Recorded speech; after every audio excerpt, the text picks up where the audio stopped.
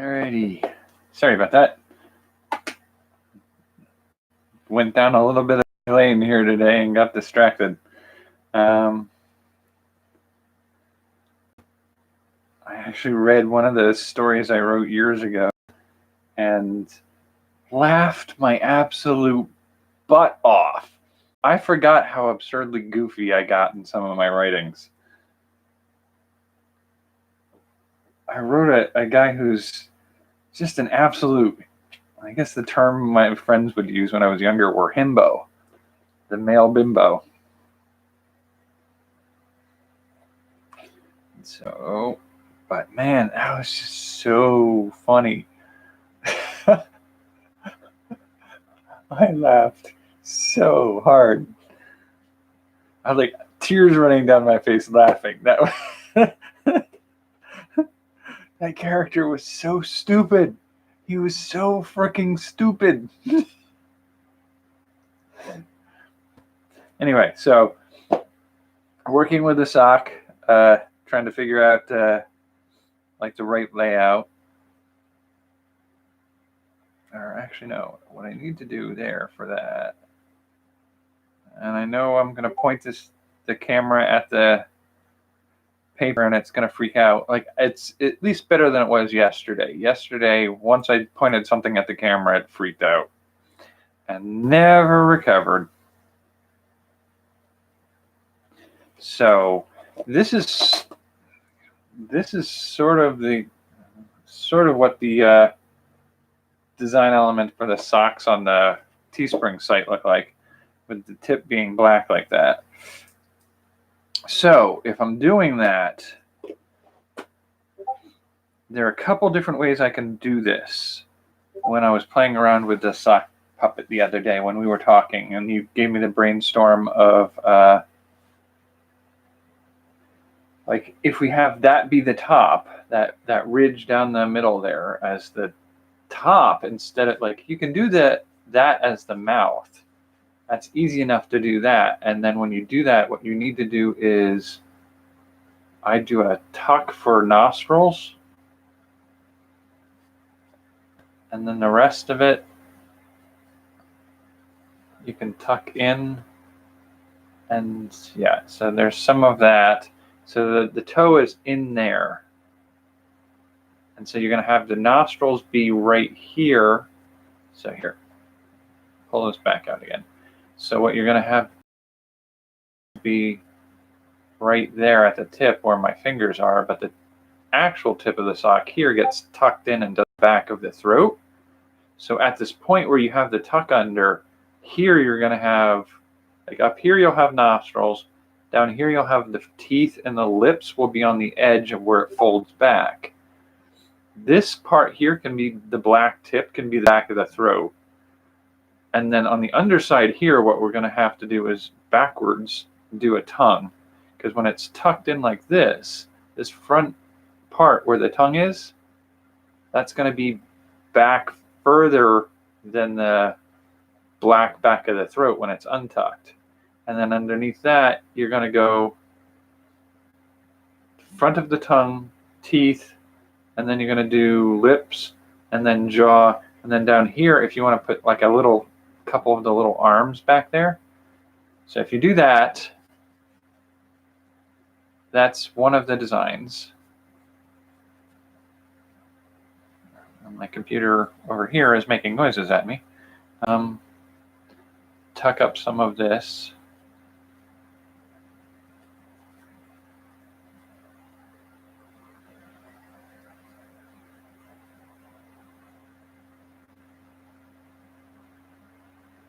So right here where my thumb is going to be the tongue.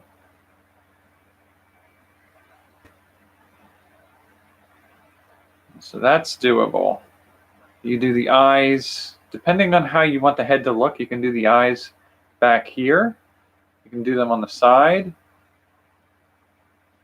Or, I mean, if you really want to do just like one big eye in the middle.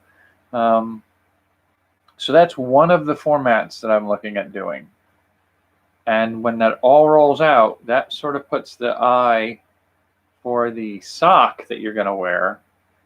like here or here or here. So somewhere on this line, which is going to be kind of close to just in front of where the heel is on the sock. So the heel of the sock is going to be like there, depending on your foot size, I guess.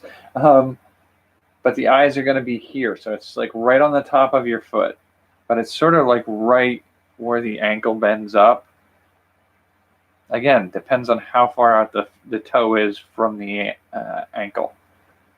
But one of the things we were talking about yesterday was, not yesterday, the day before yesterday? Or was it even all the way back in Tuesday? It might have been Tuesday. Was the toe sock where you could do the 5 toes up here as a sort of a coxcomb on, say, a rooster or something similar. Or I could do like a mohawk or something on a character. So that's the toe being sideways, in which case in this sock design approach to doing this, on the sock design, the face would be on the side of the foot rather than on the top or in the front. But there's also the possibility, and that one's a little harder to really figure out how to do that one, right? Because you're doing it sideways. It's a sideways design compared to doing it this way, wherein I can do, let's see if I can get this to work right.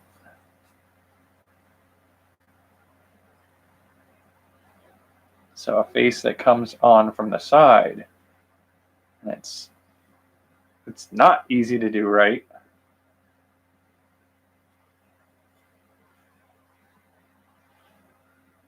So you can do, there are a couple different ways to do that. And I don't much care for this one because the toe is too wide and the mouth is too small on that aspect of it. I feel like it makes a short upper head, big lower head. I kind of want to try to do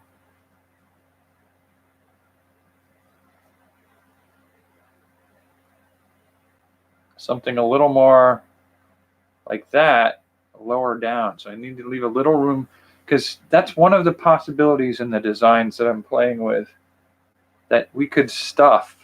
I don't really want to cut off all this extra sock, but you can stuff the top of it with something. That's a lot to stuff it with, but we'll give it a go. That's okay. So come on, let's cram a bunch of garbage into a sock, because that's what I'm doing on video tonight, apparently. I have to admit, doing sock puppets, as stupid as I feel doing it, has been one of the most humorously fun projects I've worked on so far.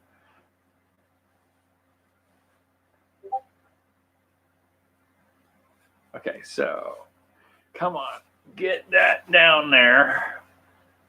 And then stuff it into the toe. And now we've got enough of a top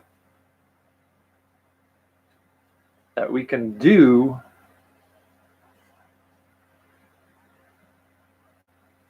well, it's a little bit harder to make that a reasonable face. I guess I could put like an alien from Roswell, New Mexico on here and do a little talking alien.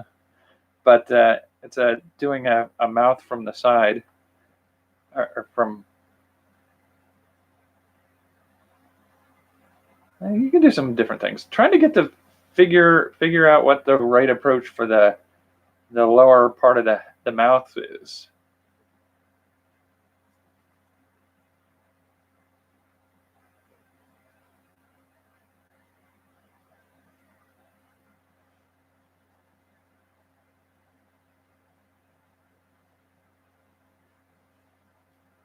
And come on. So the reason I'm sort of futzing with this right now is, if I'm going to do a face like this, where I could do a pirate face on the front of the sock, and a beard and bandanas, or a cowboy hat up top or something like that, just print the pattern onto these things so that if you wanted to do a human face puppet, it's already printed on there. Doing that, though, means that I have to figure out the correct placement for where the design goes. So if this is the top of the sock, back here would be the heel. Doing the mouth would be sort of like on the front part of the foot again. So it's where you would put the eyes for the reptile or dinosaur pattern, is where you're going to put the mouth for the pirate or human puppet, or monkey for that matter. And I do like the idea of playing around with doing the Pokemon patterns. I may just use, for right now, I may just come up with a Pokemon, just take the patterns for existing some of the early Pokemon and change a few of the shapes a little bit. I've also been looking at some of the kawaii, I guess is the way you say it, Kawii. It's when you take like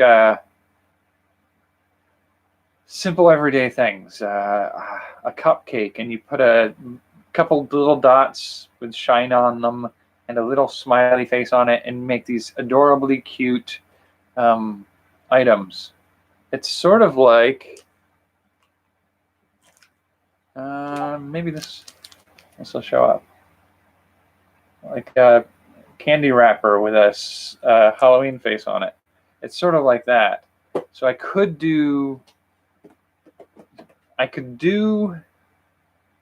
existing Pokemon and change some of the facial expression pieces to be kawaii looks, or some sort of compromise between the two. You know, start out with just breaking down a few favorite Pokemon creatures that would translate over to sock puppets well. And once you've figured that out, make a couple that alter the art form a little bit so that it's distinctive enough that it's not an infringement, and then translate those to fitting the sock right, I think is the thing I want to do. And I'm not fully kidding that it would be kind of interesting to see if I could use one of them as a host for a show. That would be interesting to try to do. So in this case, it's not going to show up well, is it? So we've got the sock.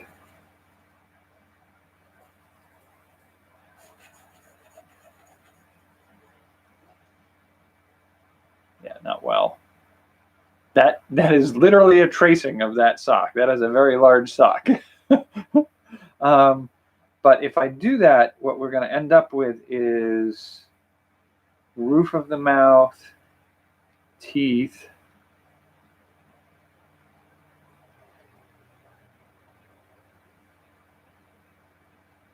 and then lips. I'm doing a very cutesy lipstick style pattern lips, and then nostrils. So this could be like the girl dragon from Shrek. And then back here would be the eyes.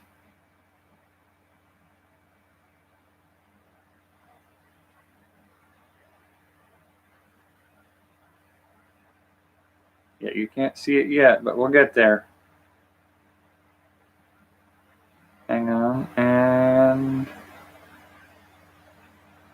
so that's sort of a rough idea of what the top of the sock is going to look like.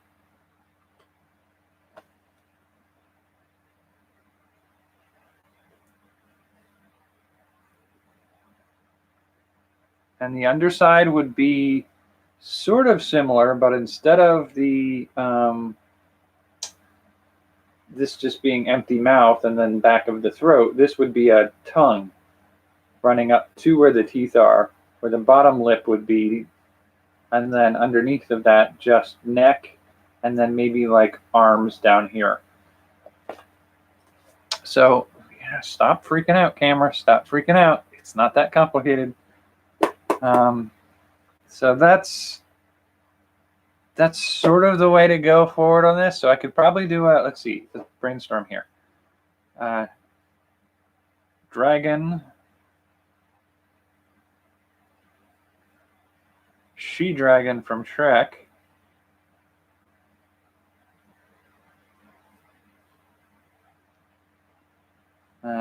Pokemon.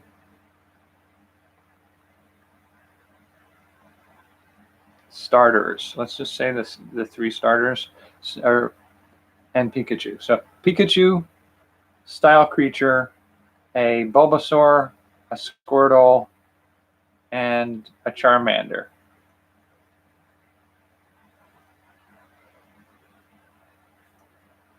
Pikachu,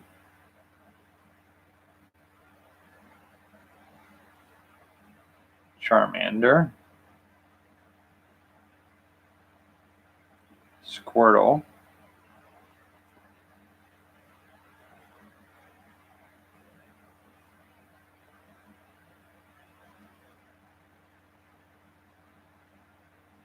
Bulbasaur? Was Bulbasaur It's been a long time since I played Pokemon, and I actually have the games in my Game Boy over there, so I should probably pull them out and take a look again. But so those, and then maybe like a Velociraptor and a T-Rex. I was going to say a Triceratops and a Stegosaurus, but those really need something that sticks out from the body.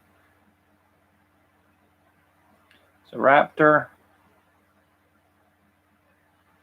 and T-Rex.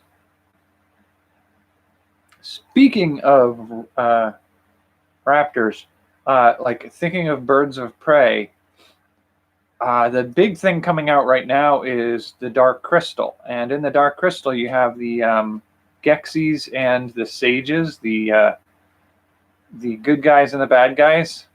And you could do something ugly like the Skeksis, but I actually think taking inspiration from the Sage characters is interesting, because they have a very kind of like a snoz on front of them. It doesn't come to a point, it comes to a rounded toe, which works really well. Then they have the eyes up behind them, and then they're forward-facing eyes, not so much the angled out predatory vision of the Skeksis. The Sages, and then the Sages have multiple arms underneath, but the thing I like about the Sages is very simple facial design layout, and then hair over top of it, or like headdresses. And then on the face, they have like patterns, like swirls and very kind of mystic looking things. I think they actually call them the Mystics too. I called them the Sages, but I think Mystics is more appropriate. So Dark Crystal, I don't know that Gelflings are a right look, and those are the main characters, the Gelflings.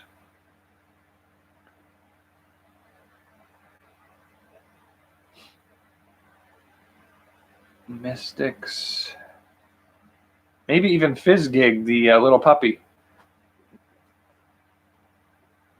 Yeah, and I mean, that works really well for a really long neck for like a dragon and stuff like that. I feel like most of the socks that are on sale on the Teespring are a decently sized neck. Mine is like literally when I put that thing on and I put my hand to the toe, it runs up to my bicep. That is a very long sock. That is a knee sock. And so it's past the knee sock. It's a thigh sock is what it is. I only have one of them, and I have no idea where I got it. I have a bag of socks I've had for 20 years. I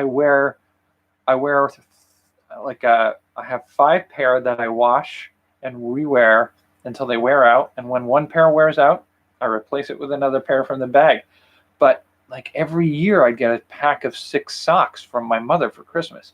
a pair of socks will oftentimes last me 5 years of continuous wear. So I have a lot of socks in a bag, and I've occasionally just switched out, and when I've moved, they all get jumbled into a bag together, and then I pull out some socks and I wear those. So it's not always the same one. And somewhere in that whole process, I must have had 2 really long socks. Now I have 1 really long sock. I have no idea where I got it, but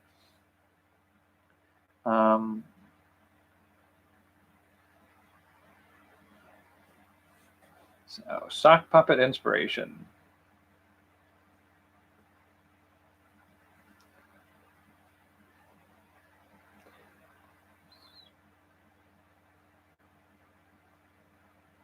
Okay, and so Mystics, Gelflings, Fizzgig was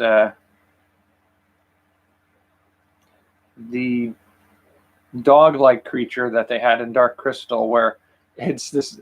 I don't know that we could use Fizzgig as Fizzgig, but Fizzgig is it's a fuzzball with a pet face on it, and then when it opens its mouth and roars or whatever noise it makes this little whiny, like, complaining noise. And when it opens its mouth, it's got like 3 rows of teeth or something like that, and it's got this big, deep throat that goes in. And it's like, so it's this little fuzzball with a mouth that's bigger than its insides should hold.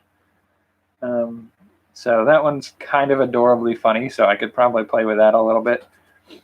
And then that basically gets dragon, she-dragon, Pokemon, 4 types of Pokemon, a raptor dinosaur, a T-Rex dinosaur. So 1, 2, 3, 4, 5, 6, 7, 8, and then 3 designs from Dark Crystal. So we're talking about 11 there, and that's all in the mostly snout-like shape.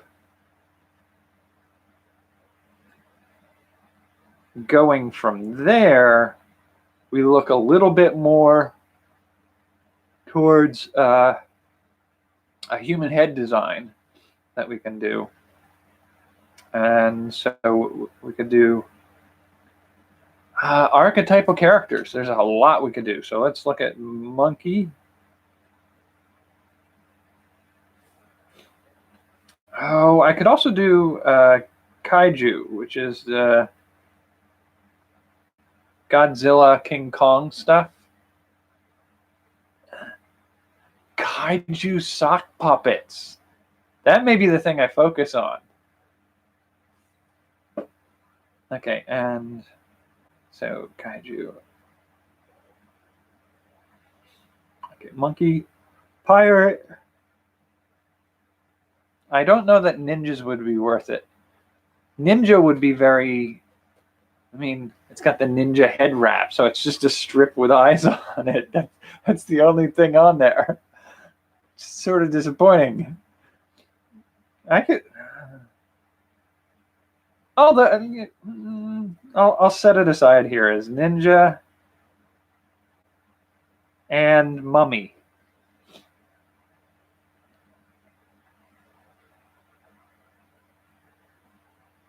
Both of those are heavily wrapped, so that the only thing you end up seeing is, I mean, basically at that point you're just stuffing a sock with a printed head shape on it and the wraps of the head put on there, and you would just be scrunching and moving it like there's a head with a mouth moving on the inside of the mask. Super simple design object, but I mean, it's not too bad, honestly. Oh, and the other thing I was going to do was, if you wanted me to, I could taste test these on camera. I got these at the gas station the other day. It says, "Beware, zombie Skittles." I did taste some of these last night. I could eat some of these on camera. It's basically, most taste delicious, but some taste like rotten zombie. Dare to try? I was probably about a fifth of the way into the bag. I'm like, either zombies taste way better than we expect, or I've been very, very lucky. And then within like 3 minutes, I ate 4 more of them, and one of them, oh yeah, that's a pretty terrible taste. It's not a good taste. And after that, I was like, well, I had probably 15 to 20 Skittles before I had a nasty one. So I'm sure I'll just have, they'll be rare in here. And so I had like 3 more and then get another gross one. Then I ate 1 more and then had another gross one and then another gross one and then a good one and then another gross one. And like, oh, now we're just getting a cluster of really nasty. And so I was like, I'm kind of done tonight. And so I could revisit that now if you really want to see that on camera. But what I was going to go with here is, again, the sock is really huge. Okay, so if you did, say, a ninja, would you do the back of the hand or the front of the hand?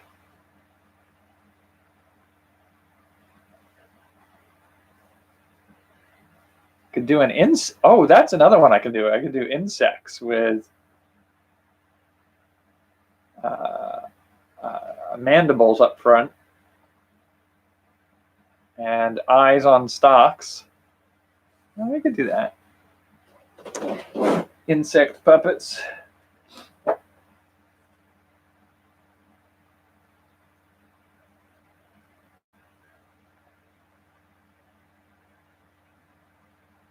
Mandible.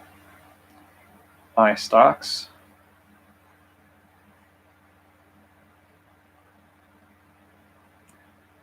Alien was one of the ones we talked about. And then pirate, ninja. Honestly, I mean, aliens, insects, kaiju, Pokemon, dragons. That's a pretty good assortment to go with right there. Now, trying to figure out the right approach to ninjas and the human head design, like the mummy. Like making a hand like that on the inside. So, like, there's that depression there, and then that's where the. Do I do the old classic? Hello. I don't quite care for that look as much.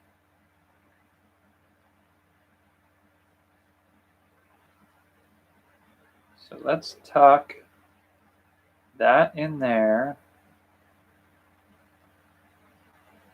So it's hard to get that to look right.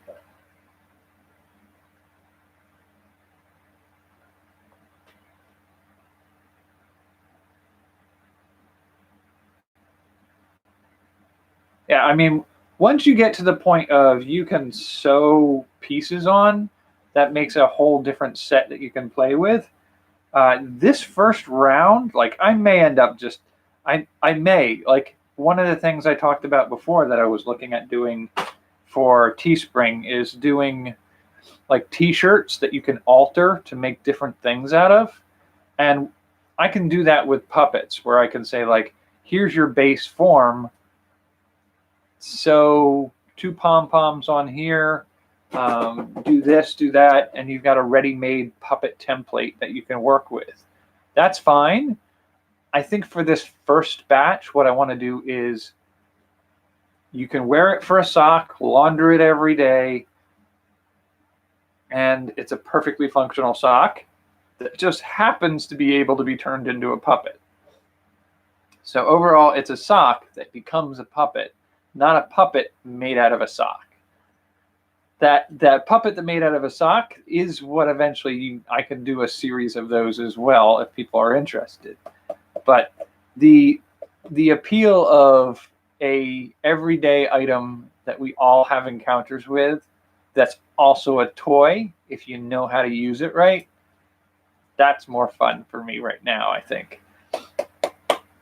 But yeah, those are some of the designs. So I've already got 1, 2, 3, 4, 5, 6, 7, 8, 9, 10, 11, 12, 13, 14, 15, 16, 17, 18, probably in the range of about 25 different designs that I could use.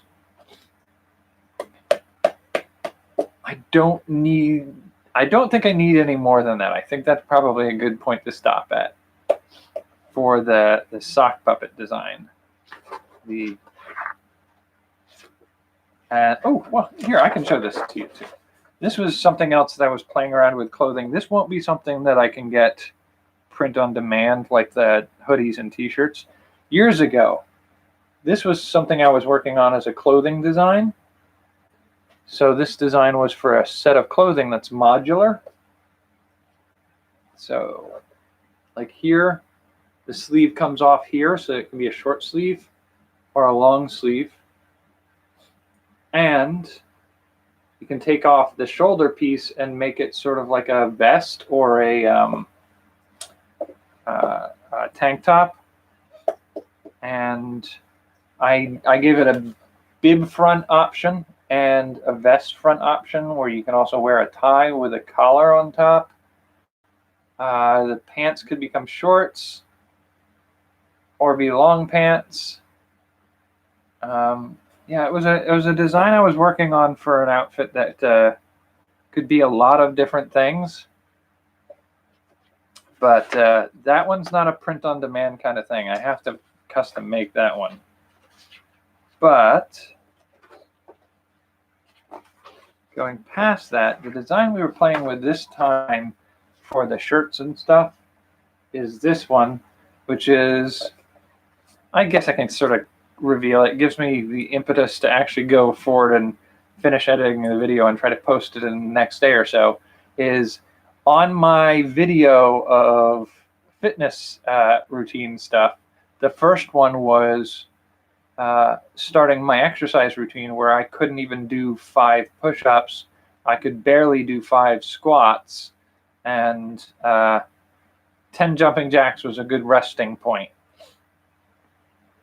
And I did my exercise routine, and 5 weeks later, I tested myself and I did 100 squats, 100 push-ups, split up. I had to split the push-ups up, but I did 200 jumping jacks. And so of the 10 body weight exercises that I did, I had roughly 10 times the ability to do them as I went when I started. And so with the theme of can we take a couch potato and go to a Spider-Man by the end of this workout training, of course I'm not going to be Spider-Man by the end of that. It's 5 weeks. It's a 6-week program roughly. But pretending like, okay, so we went from a couch potato to a superhero couch potato. So what are you if you're a superhero couch potato? You are a Spudderman. So I was designing a superhero costume that I could put a potato logo on the front of and be Spudderman, as in a spud, a potato. And it's 10 times more powerful than the average couch potato. And so the outfit design here is like it's roughly designed around some of the aesthetic of the Future Foundation Spider-Man has a black and white Spider-Man costume. And his design is some stripes down the side. Everything else is white with a black spider symbol in the middle. And then the insides of his arms are black and the outsides are white. And the same thing applies to his legs. This isn't quite the same thing. And it's also partly inspired by Spider-Gwen, which is a new character in the last few years to Marvel. And basically she has a shirt where it's, again, inside of the arms have a pattern on it. It's like in this Into the Spider-Verse had Spider-Gwen in it, and her costume is essentially like a hoodie sweatshirt. So that's why this kind of works. I like the hood design aspect of that. But her upper part is white. The hood is white. The shoulders are mostly white. She doesn't have a spider logo on her costume. And then the insides of her arms have like a pink and white webbing pattern. And it has a little spike that comes up on either side of a spiked front, like dress front. And the rest of hers is black all the way down.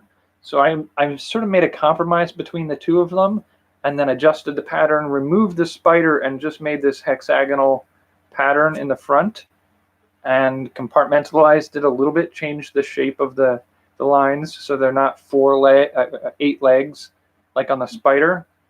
And I just played with that a little bit, and I think it works really well for the design. And it actually reminds me a bit of the Avengers Endgame and Infinity War, or not, and Endgame time travel suits. And it has a little bit of like Ant-Man in there, and it also looks a little bit, if you look at it right here, like the Star Wars Mandalorian has essentially a collar piece of metal, a small hexagonal in the middle, and then 2 chest plates, and then a stomach plate over like a bulletproof vest kind of design, and then shoulder pieces and a helmet. And so that really fits that Mandalorian style look.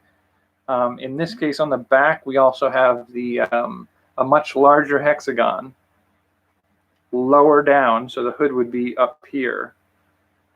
And the logo, again, would go in the middle, and then a lower back piece. It's just this design moved down and the center enlarged. And so I think it works really well as the design. It no longer looks like any of the ones that inspired elements of it. It has its own kind of look to it. So I'm kind of thinking that should work really well. And so the design I want to do for that is, I do want to get one printed out and use it as my health and well-being exercise routine costume, I guess we'd call it. It's a workout sweatshirt. It should be fine. But get that printed on there, and so it would be Spider-Man's exercise routine videos in the future when I do the exercise and dietary updates. Speaking of dietary updates, that's actually tomorrow's the first day of the next round of projects, which will be a it'll be a taste test. It's supposed to be a food-related thing, and I'm going to do the keto diet for the next 4 weeks. So I figure if I can find some stuff at the grocery store that's marked keto, I'll try one of those each day for the week as an example. So that's the idea. We'll see how that looks in the doing tomorrow. But we're almost at 40 minutes tonight. I'm gonna go work on a few other things and start planning out my week here. And I will continue to work on some of these things and release them. I don't know if you saw the early part of this video or not, but I've been socializing with some. There used to be an online shared writing community there that I participated in, and then they closed down their website. So I'm just touching base with some of them again, and some of them reminded me of some of the old writing that I did, and I pulled some of it up again and did a little reminder reading of some of it, and I laughed so hard. And I enjoyed some of those. Like, the writing I did in some of those stories is funny. It's genuinely just hilarious and dorky and stupid and just fun. And I kind of want to get back into doing that again. So I may revisit some of those kinds of things in the near future. But chit-chatting with some of those people, I also came up with some ideas for some new characters to write in a different setting. I'm going back and forth. Like some of it's just free to post on a website, kind of fiction. But some of it I keep looking at, thinking I want to maybe steal it and bring it back to play on my my new expanded superhero fantasy world setting.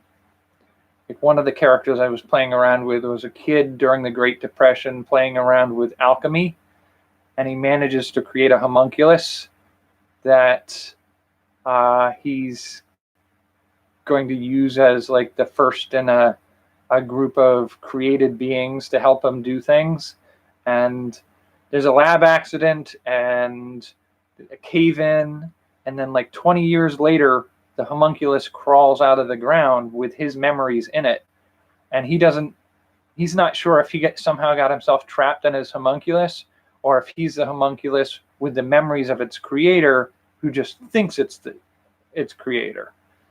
And so just the story of waking up as somebody you weren't before, 20 years after you supposedly almost died, in the wrong body. So it's a different world, a different body, a different time, and trying to figure out who are you anymore. And it's like, I like the idea of this story. I kind of want to play with it. I got a few other things to do before then. I also got to see if I can get a part-time job in addition to what I'm currently doing, so that I can earn enough money so that it's not constantly a panic attack end of every month right now. And we're getting into that season where I can actually make money to fill out the coffers so that I can work on creative projects for the rest of the year. So thanks for joining me tonight. I will see you tomorrow for touching base with the taste tests, I guess. This is the first round of taste tests that I think I'll do. Although the mukbang was kind of close to it. But this is testing out keto foods. Like commercially available keto foods. So I'll see you for that tomorrow, I think. Thanks for joining. Take care and good night. I need to get something with a chair back that's closer to this camera.